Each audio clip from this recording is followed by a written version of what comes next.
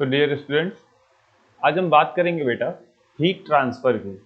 आज heat transfer के पहले लेक्चर की हम लोग बात करेंगे, जिसमें हम लोग देखेंगे हीट ट्रांसफर क्या होता है। तो इसमें हम बेसिक सा इंट्रोडक्शन देखते हैं सबसे पहले हीट के अबाउट की हीट क्या होती है। ठीक है, अगर मैं बेसिक हीट के अबाउट बात करता हूँ तो देखिए क्या कह रहा है, heat is a form of energy which can not be seen but can only be felt. That it means heat, हम लोग बहुत पहले से ही पढ़ते आ रहे हैं, हीट एक फॉर्म ऑफ एनर्जी है जिसको हम देख तो नहीं सकते बट बेटा हम उसे फील कर सकते हैं। ठीक है, और हीट ट्रांसफर कैसे होती है, एक हॉट बॉडी से कोल्ड बॉडी की तरफ, यानी कि hot body to cold body heat transfer होती है। तो कह रहा है heat always flow from a body at a higher temperature then it means to say hot body to the colder to the body at a lower temperature then it means to say colder body। तो heat hot to cold transfer होती है। the unit of heat is calorie। ठीक है, ये हम लोग basic चीजें हैं जानते हैं, लेकिन हमको जो इस चैप्टर में पढ़ना है, सबसे पहले बेटा हम बात करते हैं बॉइलिंग एंड वेपोराइजेशन की।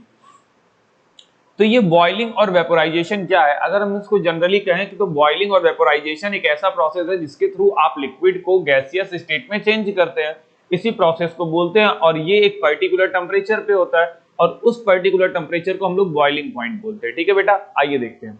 कह रहा है the process in which liquid substance changes into its gas rapidly on heating is called boiling. Okay, आगे कह रहा है the temperature at which a liquid boils and changes into gas, यानी कि एक वो पर्टिकुलर टेम्परेचर जिस पे लिक्विड बॉयल होता है और अपने गैसियस स्टेट में चेंज होता है at the normal atmospheric pressure is called boiling point. यानी कि एटमॉस्फेरिक प्रेशर एक नॉर्मली जनरली हमारे ऊपर एटमॉस्फेयर का प्रेशर होता है, ये आप प्रीवियस चैप्टर में पढ़ चुके हैं।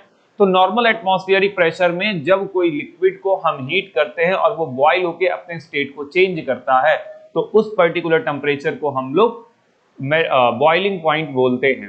ठीक है, अब ये चेंज कैसे होता है बेटा, इसको देखते हैं। कह रहा है when a liquid is heated the heat energy makes its particle move faster। अब लिक्विड के पार्टिकल्स होते हैं, तो जब हम हीट उसकी एनर्जी में उसे सप्लाई करते हैं तो उसे हीट करेंगे तो उसके पार्टिकल्स का मोशन बहुत फास्ट हो जाएगा। Eight the boiling point the particle of liquid, यानी कि अब बहुत ज्यादा हीट उसे देने लगे, मान लो अब बॉइलिंग पॉइंट तक हीट दे रहा है, हमें मालूम नहीं है कि वो बॉइलिंग पॉइंट है बट हम हीट दे रहे हैं। तो कह रहा है at the boiling point the particle of heat of liquid have sufficient kinetic energy to overcome the forces of attraction. यानी कि एक पर्टिकुलर टेम्परेचर पर आकर उसके पार्टिकल्स के पास इतनी काइनेटिक एनर्जी हो जाएगी कि उसको होल्ड करने वाले जो फोर्सेस होते हैं, मॉलिक्यूल्स को या पार्टिकल्स को जो होल्ड करने वाले जो फोर्सेस होते हैं, होल्डिंग देम टुगेदर, यहां क्या कह रहा है, forces of attraction holding them together and separate into individual particles and the liquid boils to form a gas. यानी कि जब हम लिक्विड को हीट देते हैं तो हीट से क्या होता है, उसके पार्टिकल्स फास्टर मूव करते हैं और एक पर्टिकुलर टेम्परेचर पे उसके पार्टिकल्स के पास इतनी काइनेटिक एनर्जी आती है कि वो अपने होल्ड होने वाले जो अट्रैक्शन फोर्स होते हैं उनको फ्री करके, यानी कि उनको ब्रेक करके वो रिलीज होने लगते हैं एक तरीके से, तो वो इंडिविजुअली मोशन करना स्टार्ट कर देते हैं और इस तरीके से लिक्विड स्टेट से गैसियस स्टेट में कन्वर्जन होता है किसी भी लिक्विड का। ओके बेटा, तो इस तरीके से होता है बॉइलिंग। ठीक है, अब इसमें जो बॉइलिंग के टर्म में एक टर्म और आता है, अभी आप पढ़ेंगे latent heat of vaporisation. What is the latent heat of vaporisation बेटा, देख लेते हैं। कह रहा है लेटेंट हीट ऑफ वेपोराइजेशन, ये क्या है, कह रहा है the quantity of heat in joules required to convert 1 kilogram of the liquid to the vapor is called latent heat of vaporization। यानी कि हमारे पास हीट की वो क्वांटिटी जिसमें हम 1 किलोग्राम ऑफ लिक्विड को उसके वेपर स्टेट में कन्वर्ट कर सके, उस पर्टिकुलर हीट को हम लोग क्या बोलते हैं, लेटेंट हीट ऑफ वेपोराइजेशन। ठीक है, आगे बात करते हैं बेटा। ओके, क्लियर है। तो बॉइलिंग क्या होता है या वेपोराइजेशन क्या होता है, वेपोराइजेशन पॉइंट यानी कि बॉइलिंग पॉइंट क्या होता है and the latent heat of vaporisation क्या होता है, ये आपने देखा। इसके बाद हम बात करते हैं बेटा, इसी के सिमिलर एक प्रोसेस होता है that is called evaporation, but इससे थोड़ा सा डिफर भी होता है। इवेपोरेशन कैसा प्रोसेस है, कह रहा है the process of a liquid changing into vapour at any temperature below it's boiling point is called evaporation. यानी कि लिक्विड का गैसियस स्टेट में चेंज होना but below it's boiling point, वो अपने बॉइलिंग पॉइंट को विदाउट रीच किए evaporate, जब वेपोरेट बनाता है तो उसे हम बोलते हैं इवेपोरेशन। ठीक है, तो फैक्टर अफेक्टिंग इवेपोरेशन, अब इसका मतलब कुछ ऐसे फैक्टर्स भी हैं जो कि इवेपोरेशन को क्या करते हैं, अफेक्ट करते हैं, और कौन कौन से हैं और कैसे अफेक्ट करते हैं देखते हैं। तो सबसे पहला फैक्टर आता है temperature. The rate of evaporation increases on increasing the temperature of a liquid, यानी कि टेम्परेचर का लिक्विड का टेम्परेचर जितना ज्यादा बढ़ता जाएगा उसका रेट ऑफ इवेपोरेशन उतना फास्ट होता जाएगा। ठीक है, इवेपोरेशन की बात हो रही है, बॉइलिंग पॉइंट तक टेम्परेचर नहीं बढ़ाना है, लेकिन अगर मान लीजिए कंटिन्यूअस टेम्परेचर राइज कर रहा है तो उसका इवेपोरेशन भी क्या होगा, उसका रेट इंक्रीज होता जाएगा, इंक्रीज होता जाएगा। ठीक है, सेम एज अगर टेम्परेचर डिक्रीज कर रहा है तो इवेपोरेशन का रेट भी डिक्रीज करता जाएगा, that means that is vice versa. Next, surface area. अब लिक्विड का सरफेस एरिया कितना है बेटा? अब सरफेस एरिया का मतलब जैसे समझिए, जैसे मैं बात कर लेता हूं एक पॉन्ड की, एक लेक है, एक पॉन्ड है, ठीक है, तो इनका सरफेस एरिया कम होता है कंपैरिजन टू एनी रिवर और ओशियन। ठीक है, तो इनके सरफेस एरिया पे भी डिपेंड करता है। तो क्या रहा है, the rate of evaporation increases on increasing the surface area of the liquid. तो जिसका सरफेस एरिया जितना बड़ा होगा इवेपोरेशन वहां से उतना ज्यादा होगा, यानी कि लेक और पॉन्ड से उतना इवेपोरेशन नहीं होता है जितना ओशियन या रिवर वगैरह से होता है। तो सबसे ज्यादा ओशियन, ठीक है, फिर आफ्टर देन रिवर, फिर पॉन्ड, फिर लेक, ये सब आते हैं हमारे पास। तो सरफेस एरिया के एक तरीके से डायरेक्टली प्रोपोर्शनल होता है, और अगर सरफेस एरिया कम है तो इवेपोरेशन कम होगा। Is that clear? ओके बेटा, आगे देखते हैं। ह्यूमिडिटी। तो सबसे पहले हम ये समझते हैं बेटा ह्यूमिडिटी होती क्या है, व्हाट इज ह्यूमिडिटी। तो बेटा हमारे एटमॉस्फेयर में क्या होता है, हमारे एटमॉस्फेयर में जो वाटर मॉलिक्यूल्स प्रेजेंट होते हैं, हमारे एटमॉस्फेयर में जो वाटर वेपर प्रेजेंट होते हैं, यानी कि वाटर जो प्रेजेंट होता है वो वेपर के फॉर्म में होगा, तो water present in our atmosphere is called the humidity. तो कह रहा है the amount of water present in air is represented by the term called humidity, यानी कि ह्यूमिडिटी वो टर्म है जो हमें ये बताता है कि एटमॉस्फेयर में वाटर पार्टिकल्स हैं, देन इट मींस एयर में वाटर पार्टिकल्स हैं। अब इससे कैसे पता चलता है कि इवेपोरेशन का रेट क्या होगा? कह रहा है when the humidity of air is low then the rate of evaporation is high. अगर ह्यूमिडिटी लो है तो इवेपोरेशन कैसे हाई है? तो ह्यूमिडिटी क्या है बेटा? Water present in air. ठीक है, एयर में कितना वाटर वेपर प्रेजेंट है। तो अगर एयर की अगर ह्यूमिडिटी लो है तो ह्यूमिडिटी लो का मतलब वाटर की प्रेजेंस एटमॉस्फेयर में कम है, इसका मतलब एयर में जो वाटर प्रेजेंट होता है उसका अमाउंट बहुत ज्यादा कम है। तो जब उसका अमाउंट कम होगा तो क्या होगा, इवेपोरेशन का रेट बढ़ जाएगा, यानी कि एयर में present air particle water particles अगर कम होंगे तो इवेपोरेशन का रेट बढ़ जाएगा, इंक्रीज हो जाएगा। Is that clear? आगे कह रहा है and when the humidity of air is high. अब humidity of air is high हो गया, इसका मतलब क्या हो गया बेटा? अगर ह्यूमिडिटी हाई हो गई है तो इसका मतलब एयर में वाटर पार्टिकल्स बहुत ज्यादा आ गए हैं, देन सो ह्यूमिडिटी हाई हो गई। तो अगर ह्यूमिडिटी हाई हो गई तो उसकी इवेपोरेशन के रेट जो है वो थोड़ा सा डिक्रीज करेगा, then the rate of evaporation is low.